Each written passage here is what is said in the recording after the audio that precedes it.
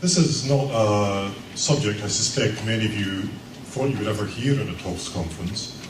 But when I was asked to speak, this is something I've presented and it's just about to get published next month. So it seemed appropriate to talk to you about what I'm interested in. And this is what I'm interested in.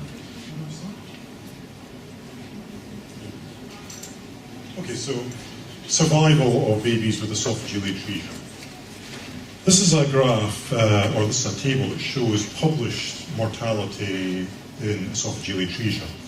The top paper is a major national study from the UK where our professional organisation, the British Association of Paediatric Surgeons, got people to submit cards for a whole year, and we worked out the proportion of babies that survive and die. And they reported a 2% mortality, which is, on the face of it, a superb result. The problem was the 2% figure is simply 28-day mortality. It doesn't go beyond that. And it's a bit of an unrealistic headline figure. The paper below this is from my colleagues in Liverpool, Professor Lofty and his friends, and they reported a 14% mortality, which is much more in line with published results from around the world. In the study that I've just done in Newcastle, which I'm going to talk to you about today, we've found 13% mortality. So, broadly speaking, 1 in 10 babies with esophageal atresia, even in the UK, in the current era, are still not surviving. And what I'd like to talk to you about today is the reasons why that is. So this is our figures for Newcastle. We did a study, we looked at 120 babies, and we had 16 deaths. That gives you 13% mortality. Now, regrettably, a lot of today's talk is going to be about numbers, and that tends to put people off. But don't be put off, because I'm going to walk you through the numbers. This is a survival graph, and again, I'm going to talk you through this. It's a little bit more complex than it first appears.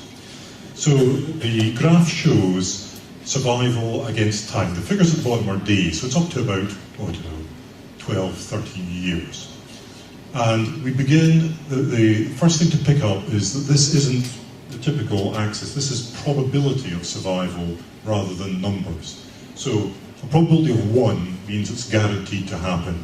Probability of 0 means it never happens. So we start off at birth, everybody's alive, and then you get this drop down, which represents deaths. All these little crosses are babies who are survived to that point in time. So they're still alive the last time we saw them, so they merit a cross at the graph. Now here's the tricky bit to get your heads round. The drop downs, say we had 100 patients at the beginning and 1 baby dies. We then got a 1% death, but we were then following 99 babies. Another baby dies, the percentage drop down is bigger because it's now 1 out of 99 rather than 1 out of 100. So the big drop down at the end, that isn't 10 babies dying then, that's 1 baby dying then, but we've only got a few babies out to that length of time, okay? So you get this curious step down graph. Technical term for the nerds amongst you, this is a Kaplan-Meier graph. But this is how it's very common in medicine that we want to plot survival against time. And this is the graph that we use to do it. Now, you're going to see a few more of these as the talk goes on, but that's just to get your heads around the graph. Why do babies die after esophageal atresia? Well, clearly the first thing to think about is you're doing a fairly major operation on a baby who's a day or 2 old. So that's a first thing to get your head around. And the good news is, when surgeons started repairing babies with esophageal atresia, none of them survived because the surgery was just too much for the medical abilities at that time. Perioperative death now virtually doesn't happen. So the surgical insult of getting your chest open, now we more or less forget that. But in other parts of the world, death does arrive from deficiencies in surgical care. Babies with esophageal atresia frequently have other things wrong with them. So maybe it's the other abnormalities that are causing babies to die. Or perhaps we can get babies repaired, but we leave children with chronic ill health and they're dying later in childhood from the effects of their chronic ill health.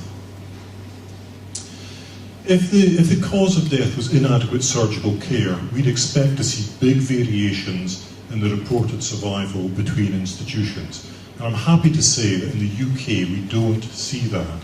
So it would be very hard to make a case that a particular hospital was causing deaths from esophageal atresia because they couldn't look after the babies. We don't see big variations between institutions. An inadequate surgeon.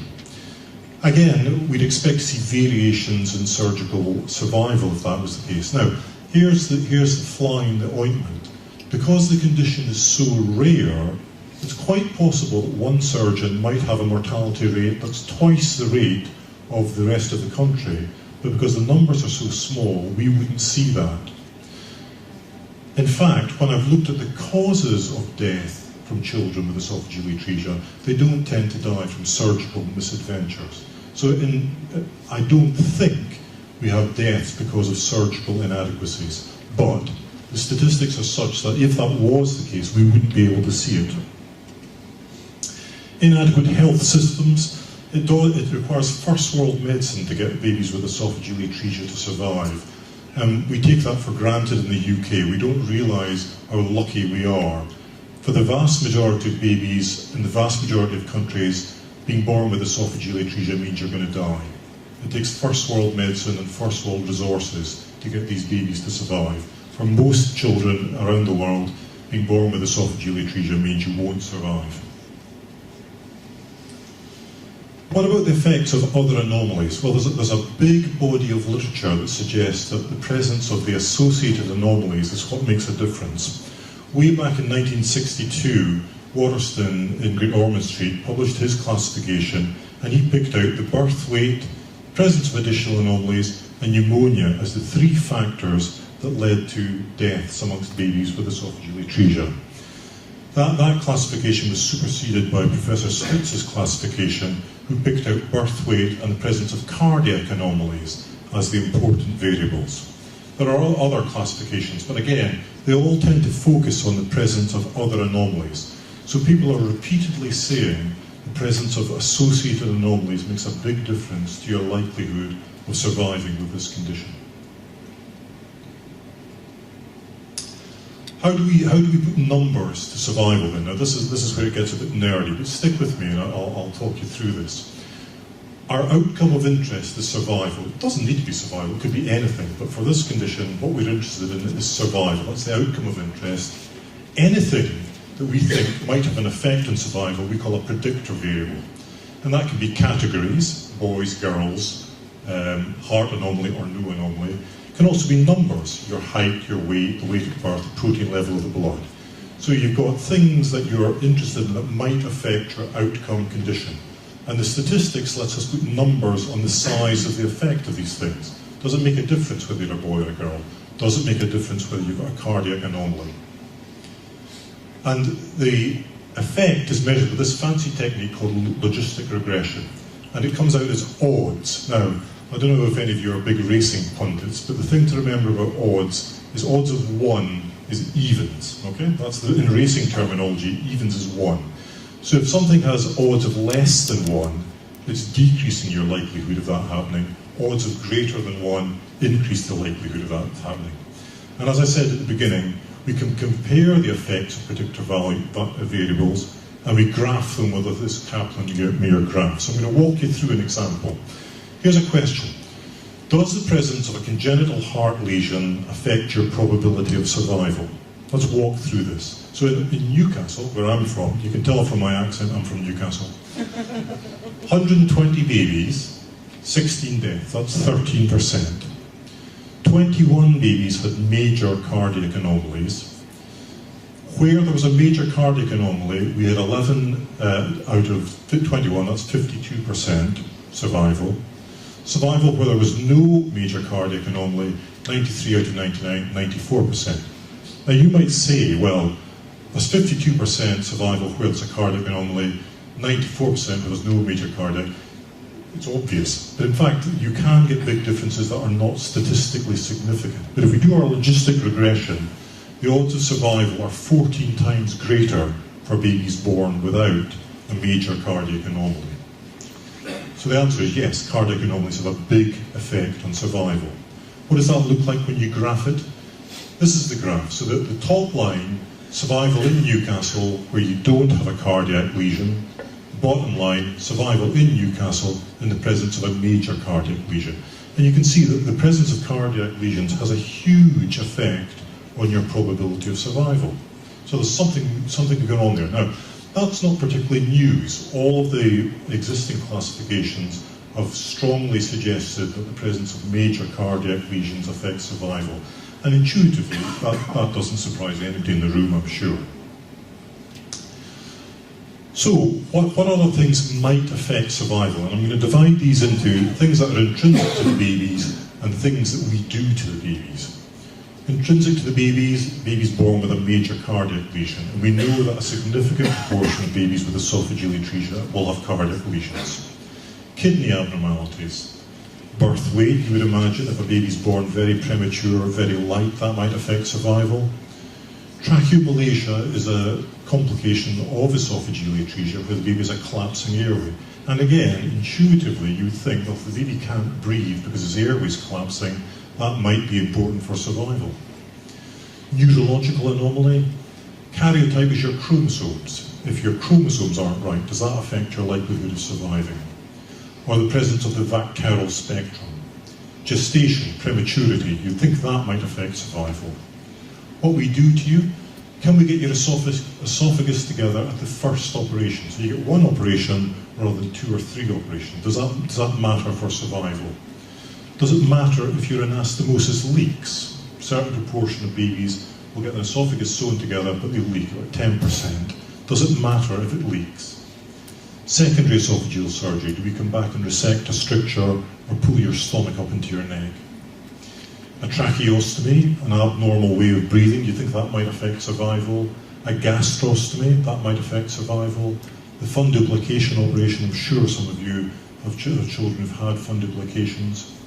And aortopexy, an operation for tracheomalacia.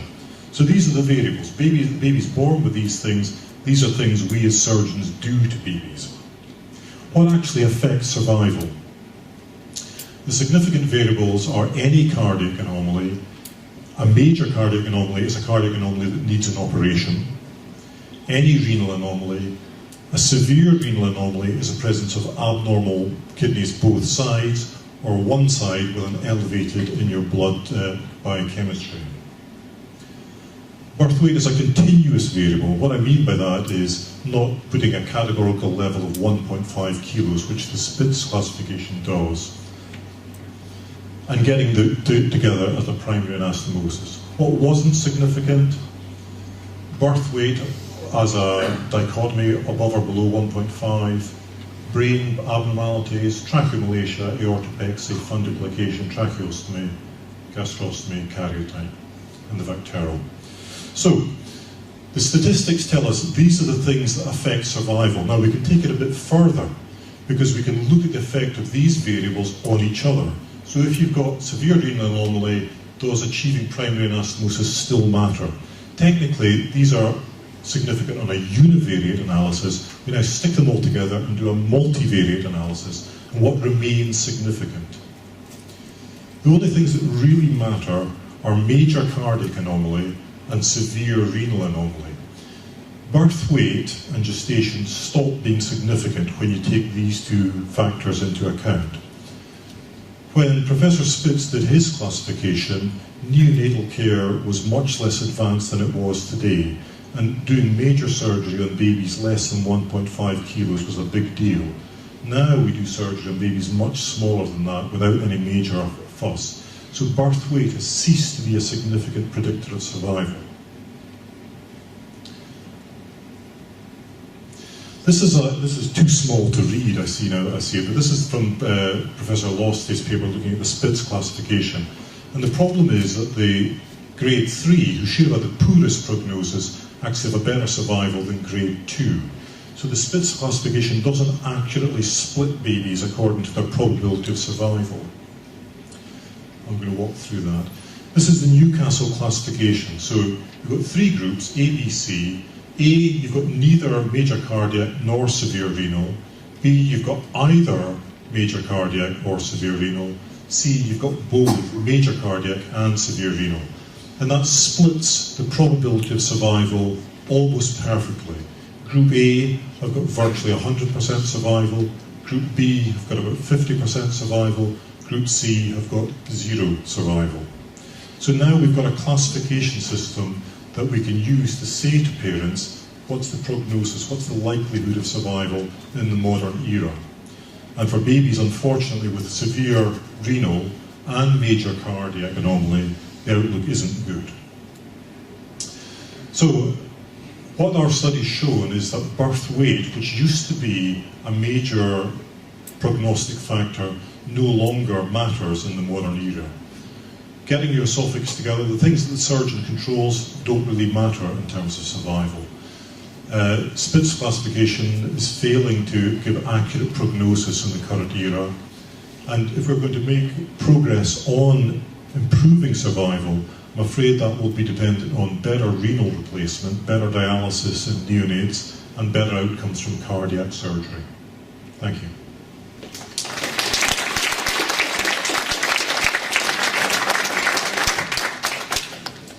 Anybody got any questions? You said about birth weight. You said about birth weight being 1.5 kilos.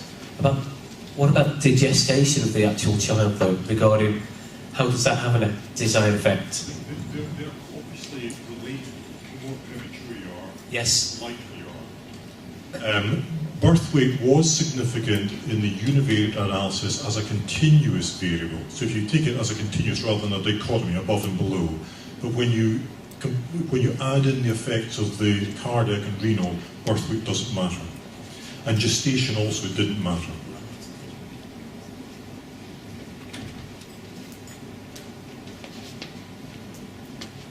There's no budding statisticians in the audience? You surprised me.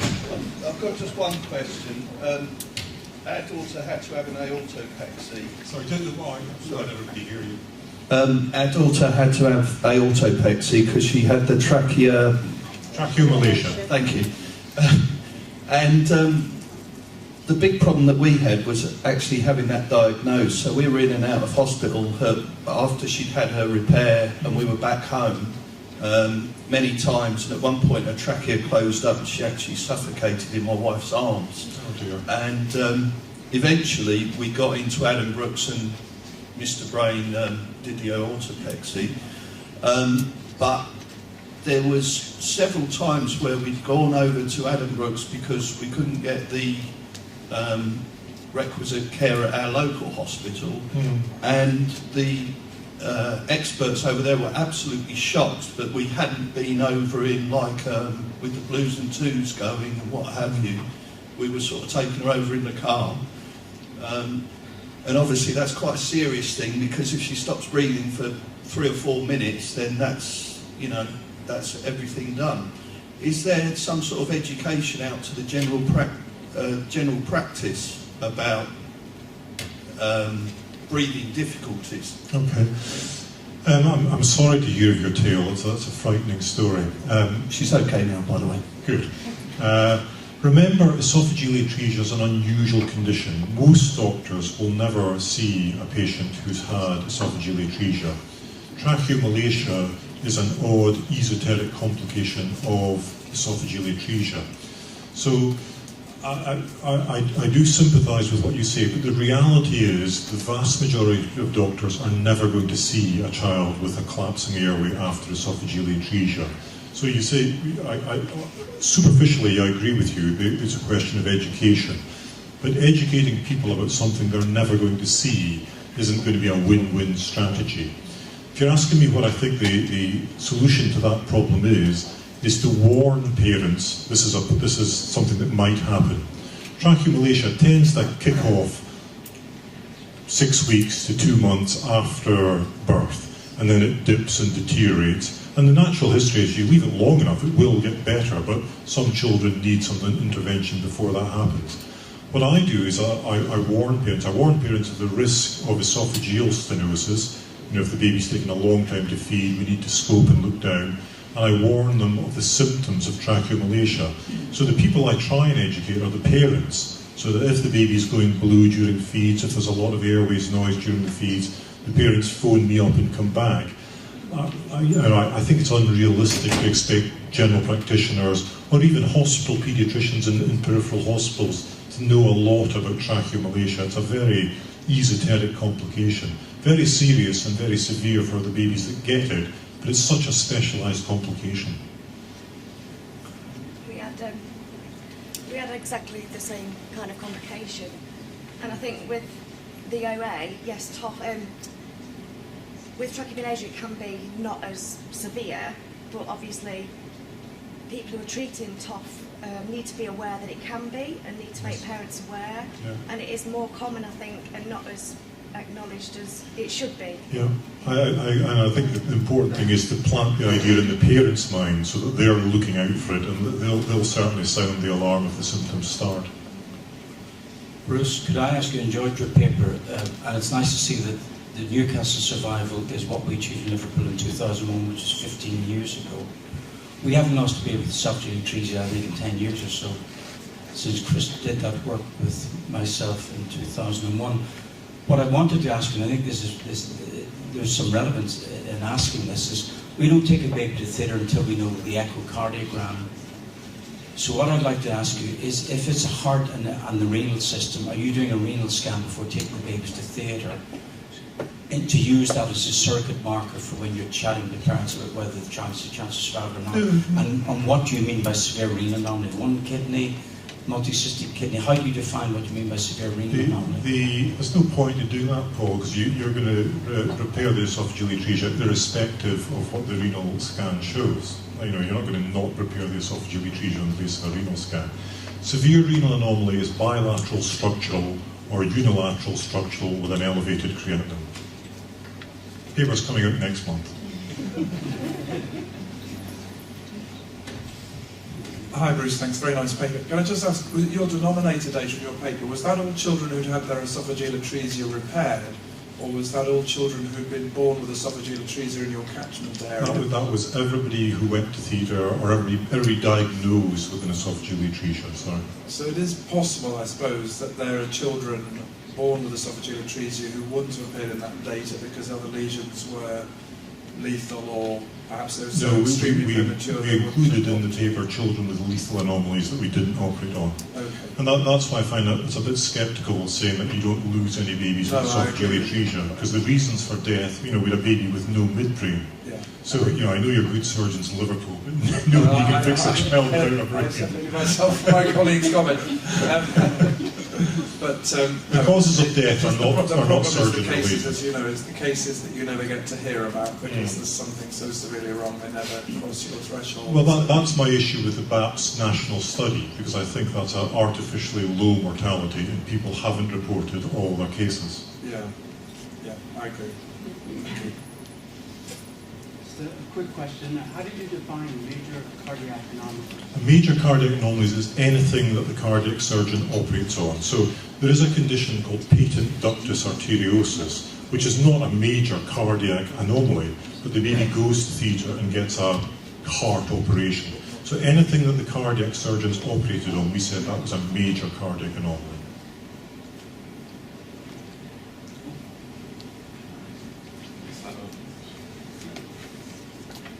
Just in response to the earlier comment, as a parent, I would appreciate knowing if my child had a renal abnormality which was severe before they went for any surgery, because I would like to know the likely outcome of everything. Because also, I would have liked to have, if it came to that, to consider a palliative care pathway if I was looking at that. So, personally, I would like to know. Yeah. It's our routine practice to do renal scans. But, if a baby's born with esophageal atresia on a Saturday and we don't have a detailed scan available, am I going to delay surgery for the sake of getting a renal scan? And, without getting into the details of palliative surgery, there is an argument that even where a child has a lethal anomaly, such as some of the chromosomal anomalies, it's far better to be able to manage a child with a repaired esophageal atresia than an unrepaired esophageal atresia. So even if you are going to go down a palliative pathway, there would be an argument for getting the esophagus fixed. It just makes everything so much simpler. Any more questions for Bruce? Right, thank you very much.